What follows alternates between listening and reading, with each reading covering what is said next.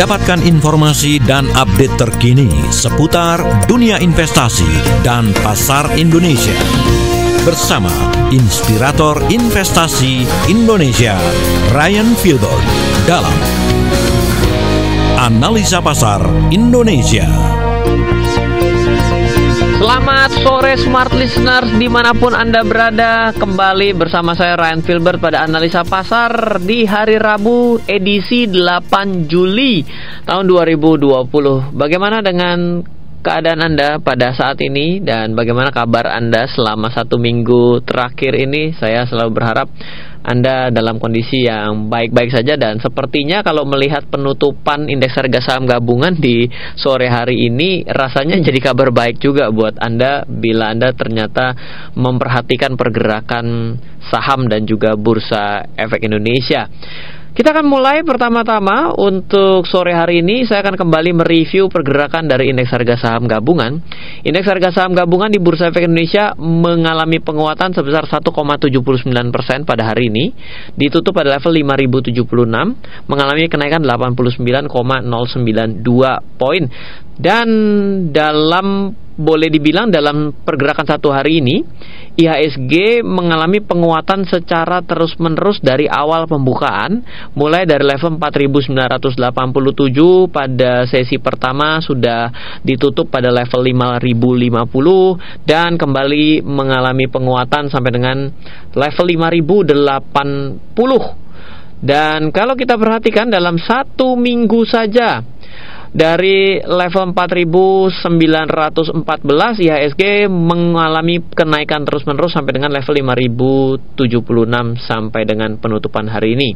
Bagaimana dengan kisaran 1 bulan? Nah, ini yang menarik. Dalam kisaran 1 bulan IHSG ternyata mulai kembali mendekati titik tertinggi yang pernah diraih selama 1 bulan, di mana 1 bulan ini berada pada level kisaran 5.080-an, kurang lebih sama dengan nilai tertinggi pada perdagangan hari ini.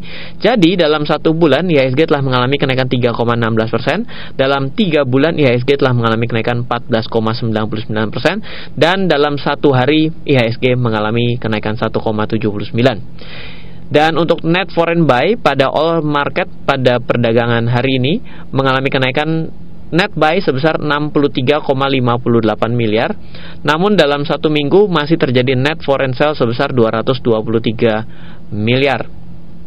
Kita bergeser ke currency, di mana untuk US dollar terhadap rupiah kembali mengalami pelemahan dengan ditutup pada level 14.458, dan dalam 1 minggu maka rupiah dalam kondisi cenderung mengalami pelemahan. Kenapa? Karena pada awal 1 minggu ini berada pada level 14.265 dan pada hari ini berada pada level 14.462. Dan dalam 1 bulan juga kita cenderung berada di titik tertingginya, di mana titik tertinggi dicapai pada tanggal 6 Juli yaitu pada level 14.532. Jadi boleh dibilang rupiah kita dalam 1 bulan ini terus mengalami pelemahan.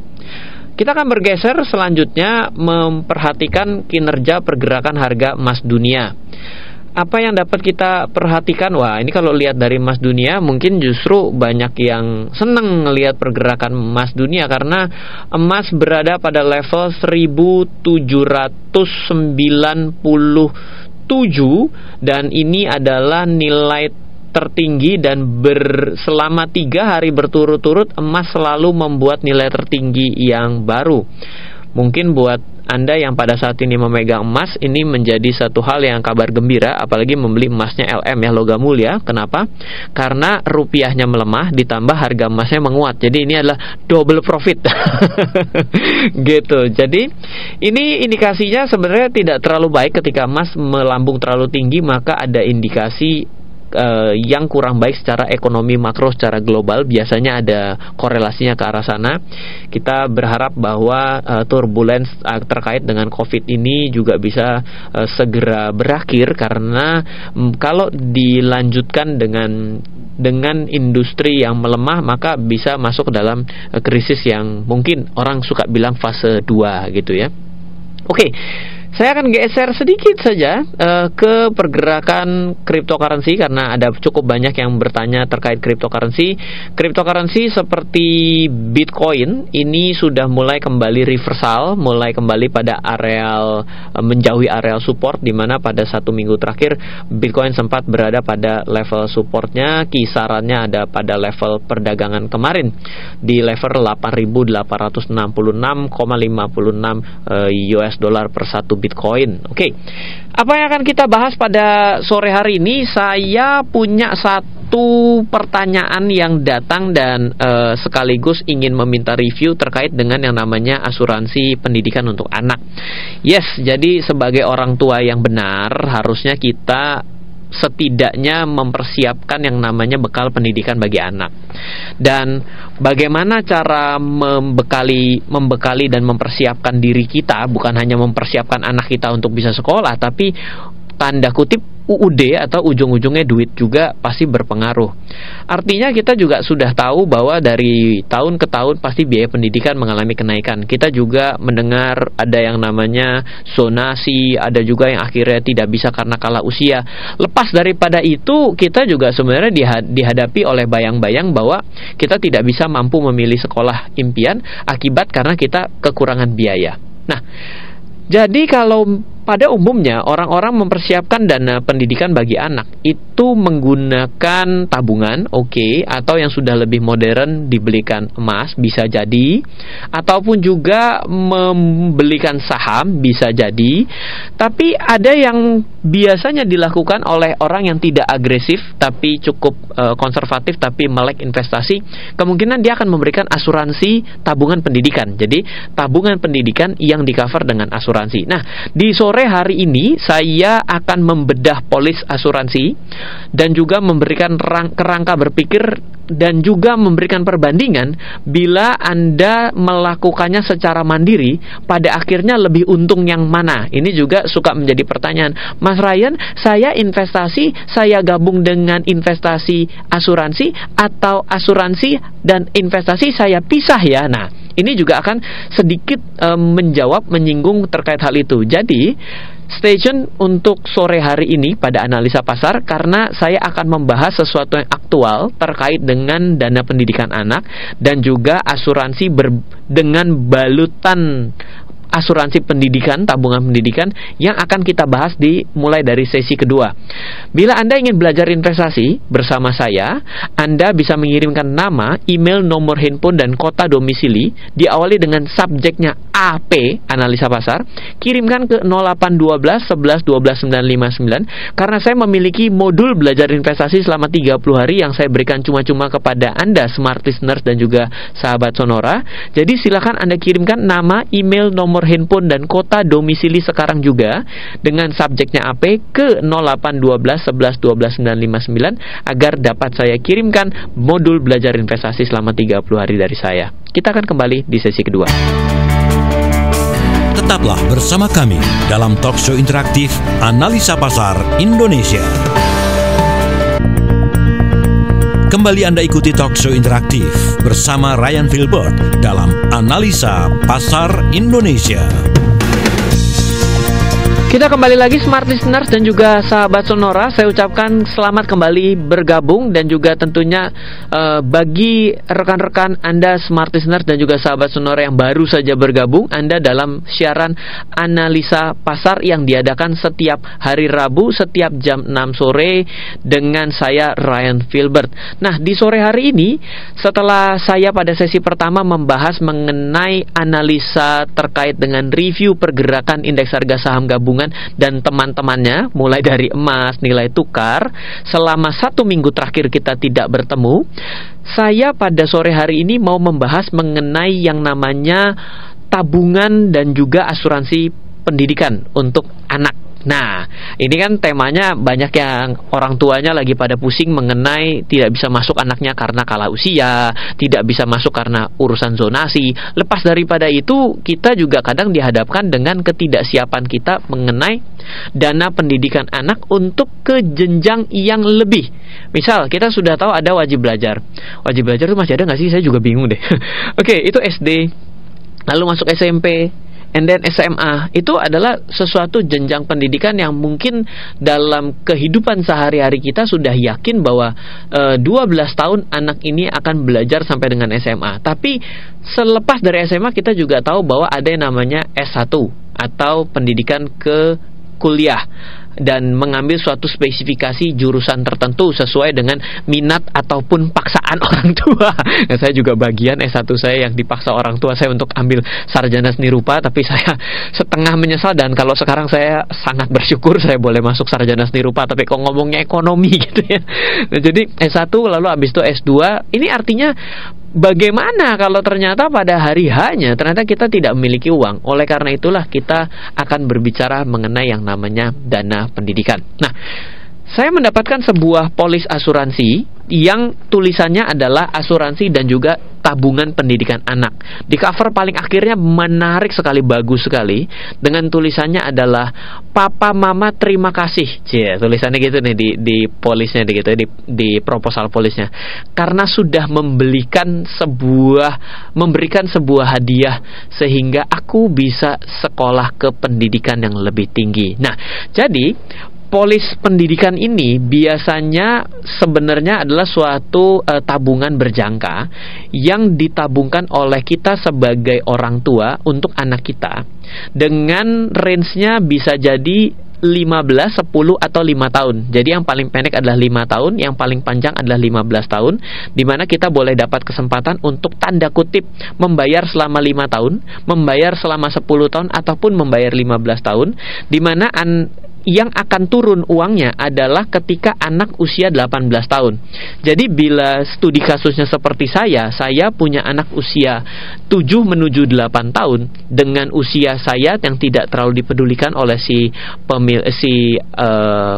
asuransinya, karena yang dipentingkan adalah si anak. Jadi yang dipikirkan adalah kalau anak itu menuju 18 tahun, maka kan hanya ada 11 tahun. Maka secara otomatis tidak bisa dengan memulai tabungan asuransi pendidikan ini untuk 15 tahun. Kenapa? Karena anak saya umur 18 sudah di 11 tahun kemudian. Dan tidak bisa 10 tahun karena jaraknya terlalu dekat. Jadi kalau seperti saya hanya bisa mengambil asuransi pendidikan plus tabungan untuk pendidikan anak, itu hanya pilihan yang 5 tahun bagi anak saya. Kalau 5 tahun, maka saya harus membayar tahun pertama 2, 3, 4, 5, dan nantinya pada anak saya usia 18 tahun, maka akan turun sejumlah uang. Di usia 19 turun sejumlah uang, di usia 20 turun sejumlah uang, di usia 21 turun sejumlah uang.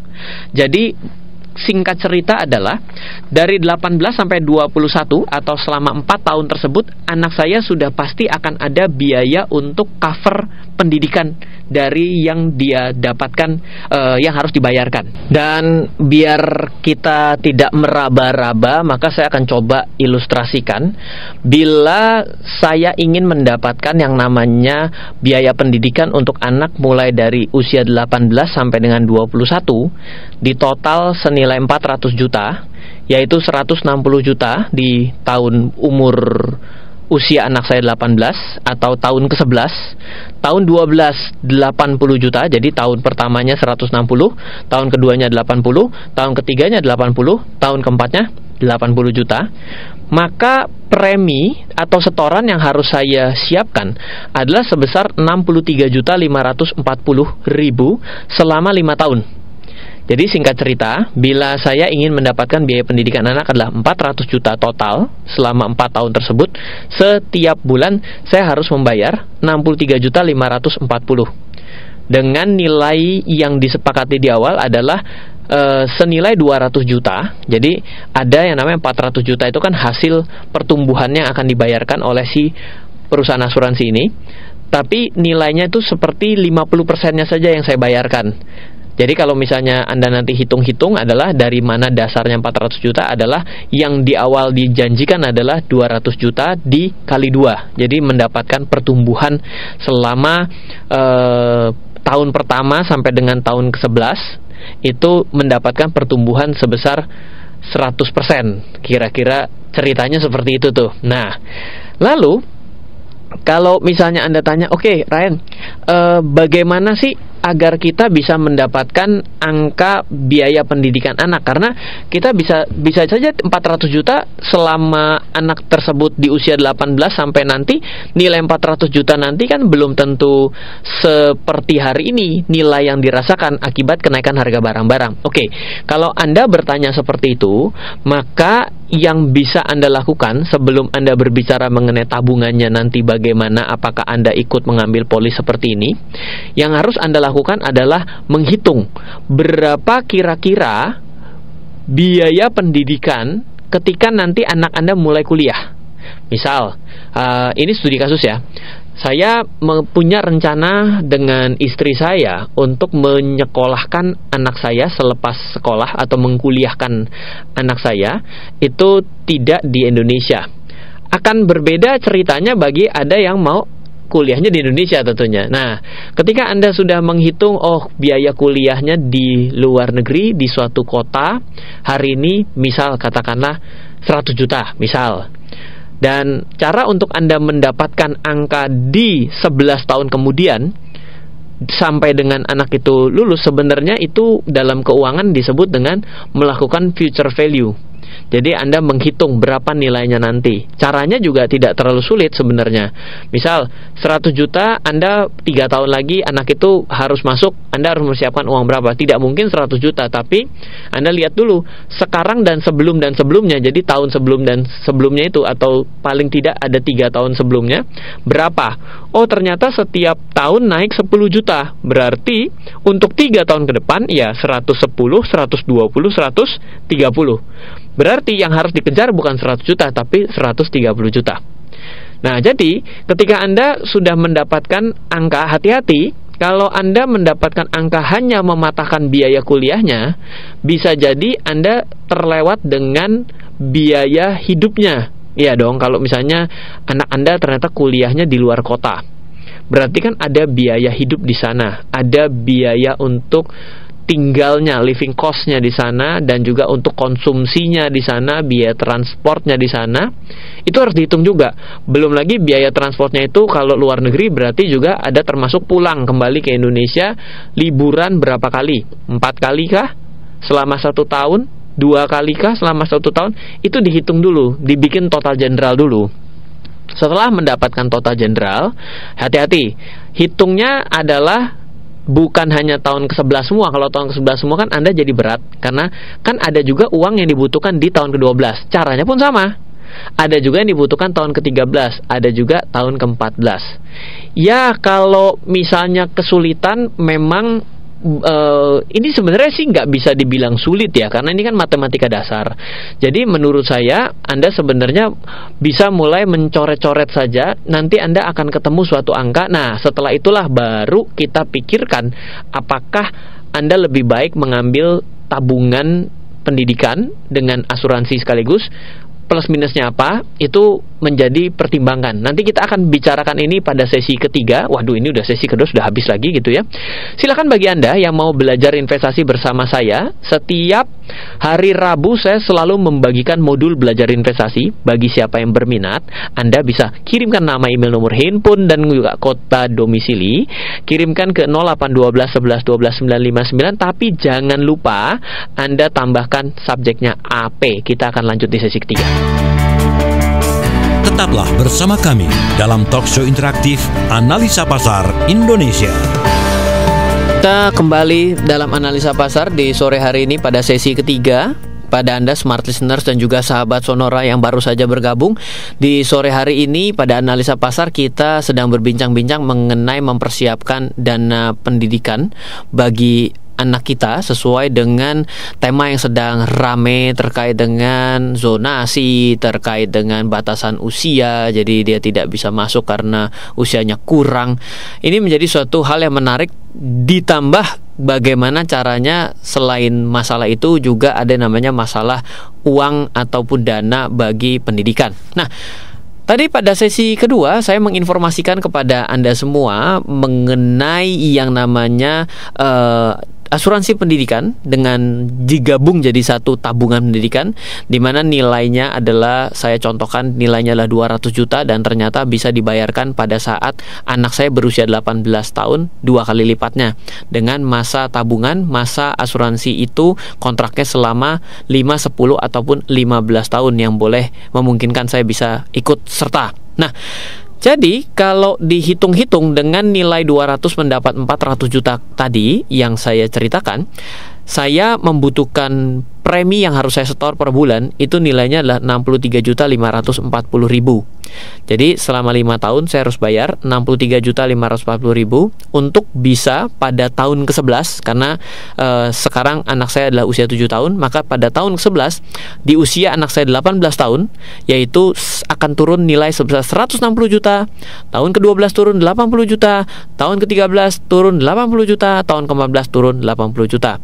Dan saya juga sudah informasikan sebelumnya pada sesi kedua bahwa kalau misalnya Anda belum mendapatkan ide dasar apakah 400 juta itu terlalu banyak ataupun 400 juta itu kurang, Anda harus bisa menghitungnya terlebih dahulu mengenai kebutuhan dana pendidikan bagi anak Anda nantinya. Oke. Nah, kalau kita kembali dengan studi kasus yang saya contohkan dengan 63.540, saya bayar selama 5 tahun, maka sebenarnya selama 5 tahun saya membayarkan 317.700 untuk mendapatkan 400 juta mulai dari tahun ke-11 sampai dengan tahun ke-14.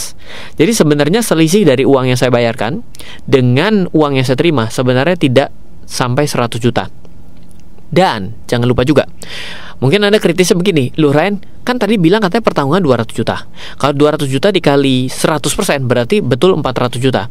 Tapi kok saya setor 317 juta ya? Bukannya cuma setor 200 juta? Yes, karena ketika Anda menyetorkan sebesar 63.540.000 selama 5 tahun, selain Anda menabung, Anda juga di-cover secara asuransi kematian.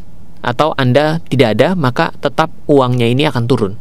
Berbeda dengan Anda hanya menabung secara konvensional.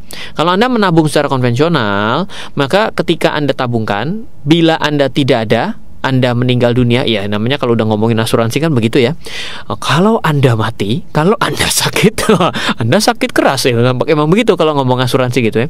Maka Anda tetap akan dipastikan anak Anda tetap akan mendapatkan uang pertanggungannya yang membuat mereka tidak putus sekolah. Ya itu namanya adalah mengcover risiko.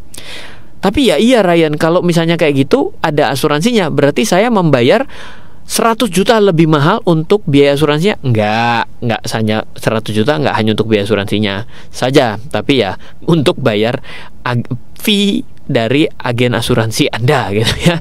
Nah, akhirnya ada suatu pernyataan dan pertanyaan yang seperti ini. Kalau gitu, karena selisihnya juga tidak terlalu banyak, berarti tidak signifikan. Oke, boleh kayak gitu. Tapi sekarang pertanyaan keduanya, kalau misalnya saya menabungkan sendiri, ditambah saya membeli polis asuransi jiwa terpisah, apakah lebih maksimal atau lebih hemat? Ini pertanyaannya justru yang seru ke situ. Oke. Jadi, saya akan informasikan kepada Anda, yang namanya asuransi jiwa, ada asuransi yang bisa Anda bayar untuk per tahun. Jadi 1 tahun bayar, 1 tahun bayar, 1 tahun bayar dengan sebuah pertanggungan tertentu. Nah, kalau usut punya usut, dengan usia saya, ini langsung yang namanya studi kasus saja ya, dengan usia saya 34 tahun pada saat ini, untuk saya mendapatkan 250 juta pertanggungan asuransi jiwa, maka saya kurang lebih harus mengeluarkan uang itu kurang lebih sekitar 1.200.000. Yes, mungkin Anda bisa mendapatkan lebih mahal. Yes, Anda bisa mendapatkan lebih murah. Yes, semakin Anda mahal mungkin juga di cover oleh perusahaan asuransi yang lebih bonafit. Ya dong, ya Anda kan bilang asuransi kayak saat ini, Jiwasraya aja yang sudah 100 tahun. Iya, Anda bisa ngomong seperti itu. Tapi ya, Mbok, kalau baru yang namanya kejadian satu dijadikan sebagai tolak ukur bahwa seluruh perusahaan asuransi di Indonesia akan ngemplangan semua, itu kan juga Anda terlalu sadis. Anda menjadi orang yang terlalu paranoid. Yes, tapi bukan artinya Anda menjadi selebor juga, jangan. Nah, jadi ternyata dengan uang 1.200.000 saya mendapatkan pertanggungan sebesar 250 juta. Jadi bila saya membutuhkan pertanggungan 400 juta, maka saya anggap saja saya bayar 2 kali lipatnya, yaitu saya bayar sebanyak 2.400.000 per tahun. Berarti biaya per bulan saya adalah 200.000. Oke. Andai kan sekarang saya balik. Kalau saya punya budget tadi kan 63.540, berarti kalau dibagi 12 berarti kurang lebih 5 juta ya. Oke. Andai kan saya punya budget 5 juta, dipotong 200.000 per bulan, karena 200.000 adalah bayar premi asuransi saya, maka saya punya uang untuk nabung bagi anak saya 4.800.000 per bulan.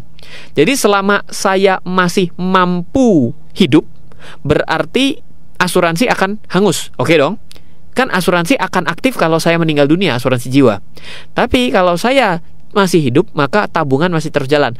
Berarti kunci resikonya sudah seperti asuransi, ya atau ya? Betul dong? Nah, sekarang mari kita berhitung.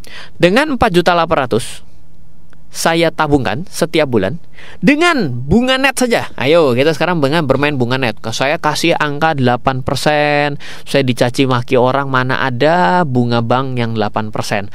Ya padahal BPR hari ini 8%. Tapi kalau dibilang ya kalau 8% dihitung berarti nggak bener dong Pak, karena akan ada yang namanya PPh 20%. Waduh, dikasih rendah nanti dibilang ngasih asumsi terlalu rendah. Ya sudahlah, kita pakai sekarang 5% saja. Kalau 5% bunga per tahun, dan ditabung 4.800.000, maka saya mau tanya, dengan tabungan 4.800.000 selama 5 tahun saya tabungkan 60 bulan ke depan, lalu saya berhenti nabung dong. Tapi uang yang sudah berhasil saya kumpulin karena anak saya belum pakai akan terus berbunga dong sampai tahun ke 120. Tahun 120, bulan 120, betul? Oke, jadi ulang nih sekali lagi nih ya. Perhatikan baik-baik.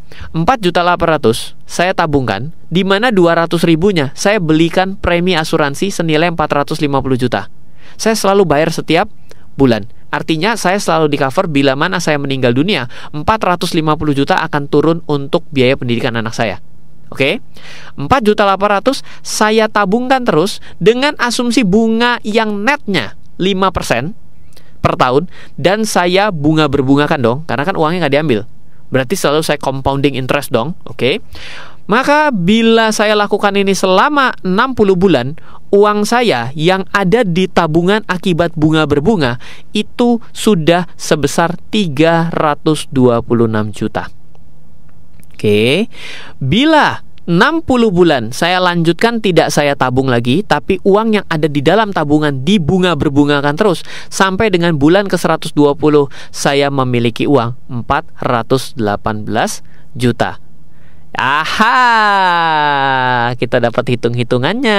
Dari mana si perusahaan asuransi itu kan pertama kelihatan keren sekali ya. 200 juta dapat 100%, gede banget. Wih, misterius nih uang angkanya gitu ya. Ternyata kita mendapatkan nilai yang mirip. Nah, nanti kita akan lanjutkan untuk mempertajam hal ini agar bisa menjadi studi kasus pembelajaran kita di sore hari ini. Kita akan lanjut di sesi keempat. Silakan bila Anda belum mengirimkan nama, email, nomor handphone, dan juga kota domisili serta subjek AP, Anda bisa mendapatkan modul belajar investasi dari saya secara cuma-cuma selama 30 hari. 0812 11 12 959, kirimkan sekarang juga. Tetaplah bersama kami dalam talkshow interaktif Analisa Pasar Indonesia.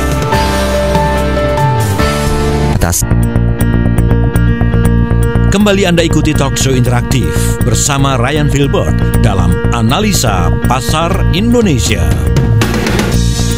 Smart listener dan juga sahabat Sonora, bagi Anda yang baru saja bergabung dan ingin belajar investasi selama 30 hari, saya banyak sekali berbagi kepada Anda semua, kepada rekan-rekan semua mengenai kecerdasan finansial, dan memang sangat dibutuhkan bagi kita karena sepanjang kita sekolah dimanapun, kuliah dimanapun, mengenai kecerdasan finansial itu lebih kepada hal yang teoritis.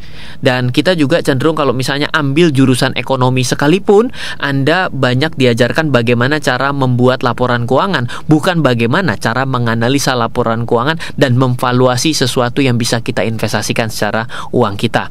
Jadi, saya membagikan modul belajar investasi selama 30 hari kepada Anda.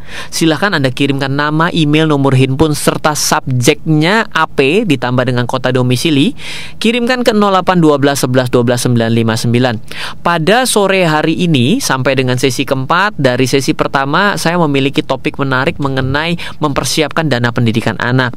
Dan saya kebetulan baru mendapatkan sebuah penawaran untuk polis asuransi untuk tabungan pendidikan anak sekaligus dengan suatu penawaran yang keren. Pertanggungan 200 juta menghasilkan 100% return, yaitu dibayar 400 juta ketika anak saya umur 18 tahun, artinya 11 tahun dari hari ini. Dan sekilas sepertinya suatu penawaran yang keren. Wah, 400 juta return 100% loh, hebat sekali. Dan ternyata dengan metode yang paling konvensional, yaitu saya memecah antara membeli asuransi jiwa karena saya perlu untuk memproteksi kepastian anak saya tetap bisa sekolah meskipun saya meninggal dunia, dengan nilai yang sama yaitu 400 juta, tapi karena saya tidak mendapatkan polis yang 400 juta, saya mencari polis asuransi jiwa yang 450 juta yang saya harus mengeluarkan premi sebulan adalah 200 ribu, dan saya tabungkan sisanya lebih sedikit, hanya selisih sedikit daripada yang ada dalam polis tersebut, yaitu 4.800.000 per bulan. Dan saya memilih tabungan bank bunga berbunga yang netnya adalah 5%. Kalau 5% saya jamin ada. Dan itu ada karena semuanya hari ini untuk suku bunga sedang turun, tapi 5% itu ada. Yang menarik adalah ternyata setelah tahun pertama, dari bulan pertama sampai dengan bulan ke-60 saya terus menabungkan 4.800.000, sama seperti yang dilakukan pada proposal polis tersebut sebesar 4.800.000. Lalu uang tersebut saya diamkan saja dan biarkan bunga berbunga sampai dengan bulan ke-120, karena dimulai bulan ke-121 kan anak saya membutuhkan uang karena anak saya digunakan untuk kuliah. Ternyata saya mendapatkan angka 418.925.743 rupiah di tahun ke-120, di bulan ke-120. Jadi artinya bila saya untuk metode yang konvensional saya lakukan secara terpecah untuk menabung dan membeli polis, menghasilkan nilai yang lebih besar tapi dengan biaya yang lebih kecil untuk saya mulai. Jadi ini juga menjadi suatu kesimpulan bagi Anda. Pertama, bila Anda mau bebas repot dan mungkin dengan Anda membeli polis asuransi membuat Anda jauh lebih disiplin dalam menabung, sebenarnya angkanya tidak signifikan berbeda. Maksudku signifikan tuh artinya Anda keluarkan uangnya hampir jauh sekali tapi mendapatkan sesuatu yang sedikit. Tapi kalau dengan studi kasus ini sebenarnya Anda terpaut ya 150 juta sih besar sih ya, tapi tetap itu menjadi, kalau ternyata dengan Anda memiliki asuransi justru membuat Anda menjadi lebih disiplin untuk menganggarkan bagi anak Anda. Ada loh orang yang kalau suruh nabung ke bank nggak bisa, tapi untuk bayar investasi berbalut asuransi itu lebih disiplin, itu lebih bagus daripada Anda akhirnya nggak bisa nabung gitu. Meskipun konsekuensinya Anda sudah tahu bahwa Anda sebenarnya membayar lebih mahal. Yang kedua, ternyata bila Anda melakukan secara mandiri, Anda memilih tabungannya sendiri, Anda mengasuransi jiwakan diri Anda secara terpisah, Anda sebenarnya lebih hemat. Tapi pertanyaannya, di mana membeli asuransi jiwa? Yang kedua, di mana Anda harus nabung? Yang ketiga, disiplin nggak nabungnya? Iya, itu akhirnya kembali kepada kita, tapi trade off-nya adalah kita bisa menghemat 100-150 juta untuk sebuah target 400 juta. Itu kalau ternyata dana pendidikan yang Anda kejar untuk 11 tahun seperti saya, 11 tahun ke depan itu adalah 400 juta, baru segitu. Kalau ternyata Anda sampai dengan 1,5 miliar lah, katakanlah Anda keluar negeri, atau ternyata Anda lebih rendah, ya berarti hitungannya akan bergeser kan. Nah, jadi itu menjadi pertimbangan. Oleh karena itu memang saya sangat senang kalau saya harus ataupun diperbolehkan berbagi mengenai yang namanya kecerdasan keuangan dan kecerdasan finansial. Kenapa? Karena ternyata kalau Anda mau berpikir sedikit, Anda mau lebih berpikir secara lebih jauh, maka Anda mendapatkan sesuatu yang lebih besar. Padahal hanya sedikit loh yang Anda lakukan. Gitu ceritanya.